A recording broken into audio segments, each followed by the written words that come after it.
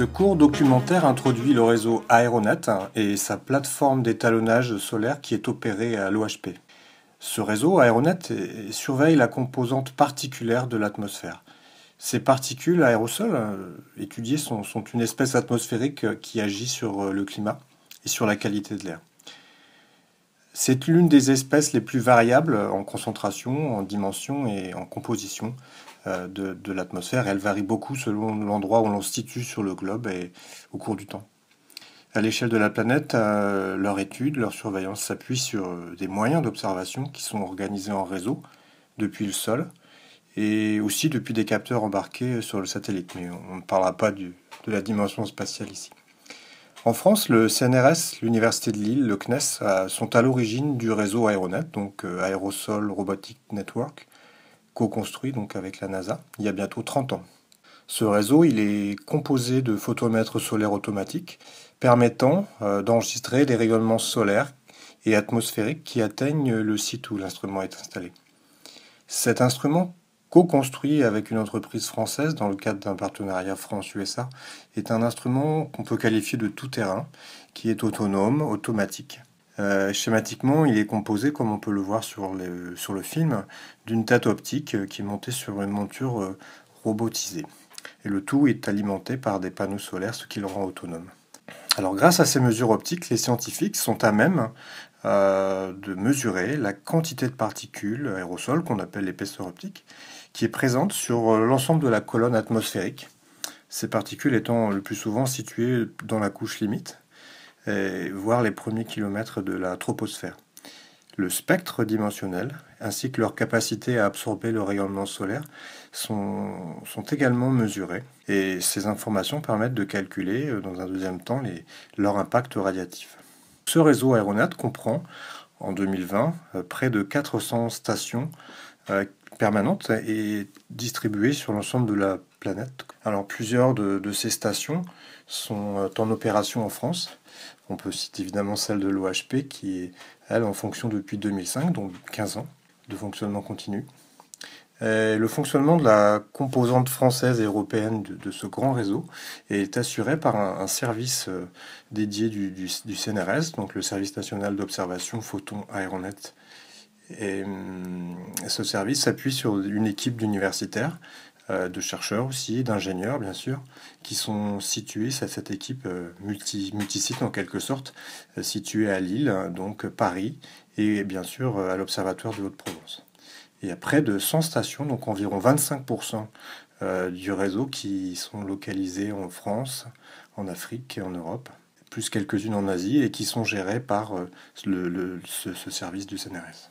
Alors depuis 2018, l'OHP héberge, en plus du site qui est en opération depuis 2005, une plateforme d'étalonnage qui est nécessaire au réseau. Et elle permet de transférer l'étalonnage très précis d'instruments photomètres de référence à tous les autres instruments qui équipent le réseau.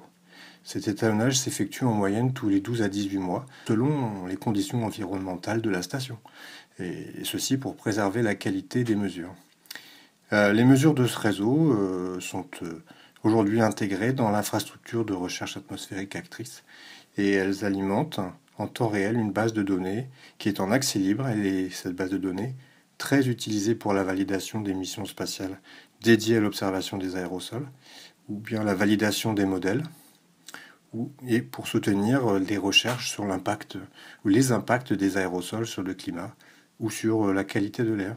Enfin, ces données sont très complémentaires d'autres mesures réalisées également depuis le sol, comme celle de LIDAR, d'ailleurs opérée par l'OHP. On peut citer le LIDAR Gaia qui est presque colocalisé avec cette station photométrique.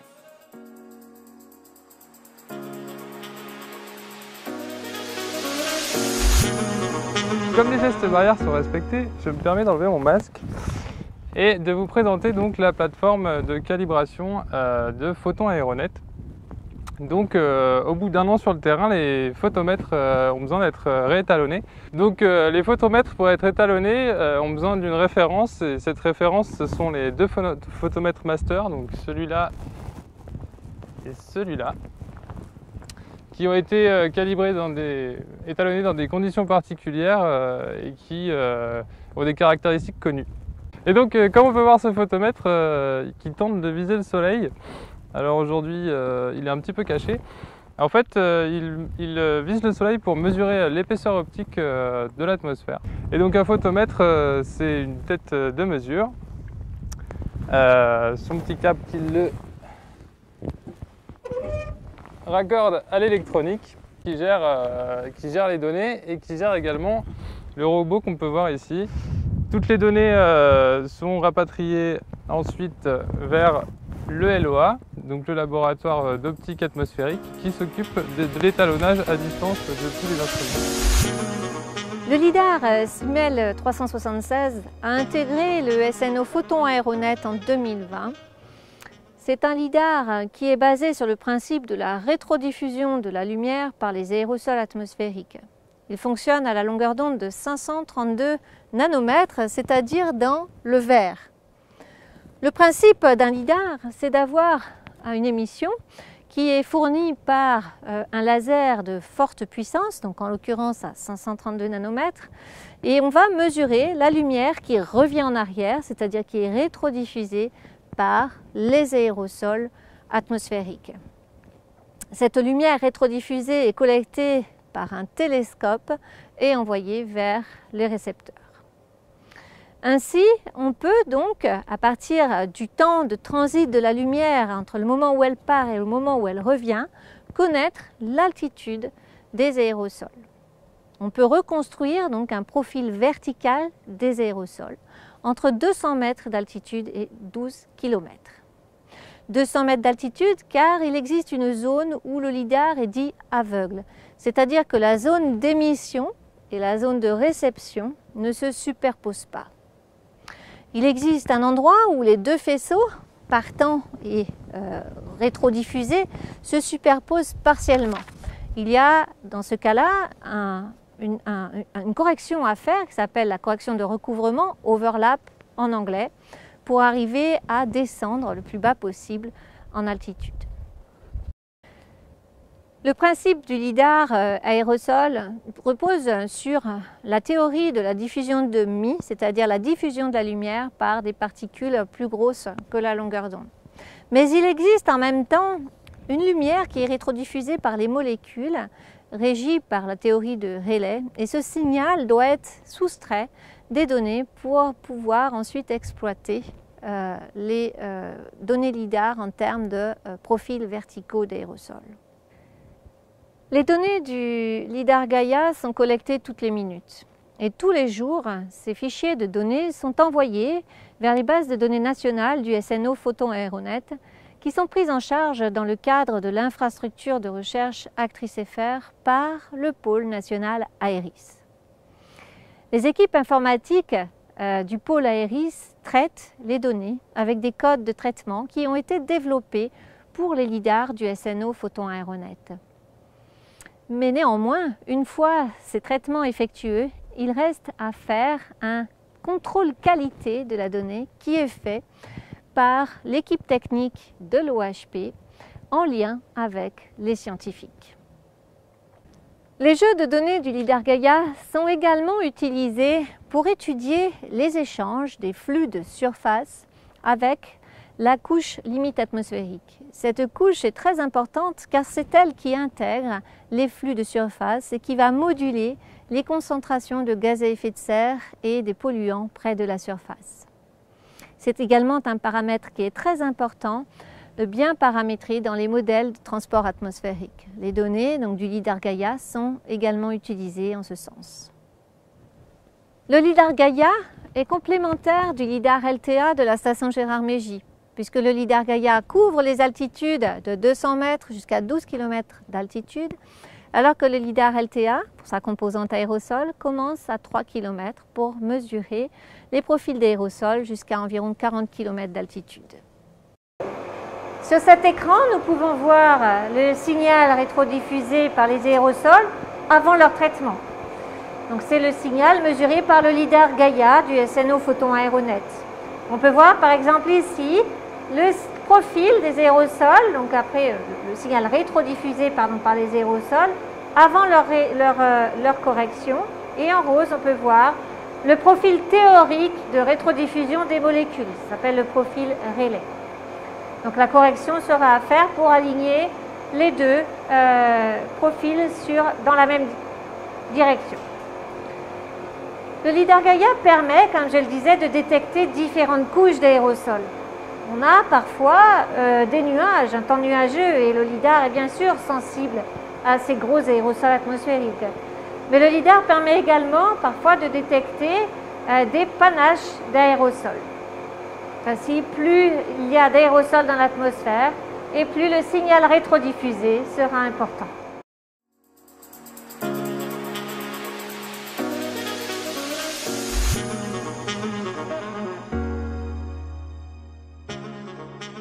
Je m'appelle Aurélie Riandet, je suis en deuxième année de doctorat à l'Université Aix-Marseille sous la supervision de Irène Dziref-Rémy.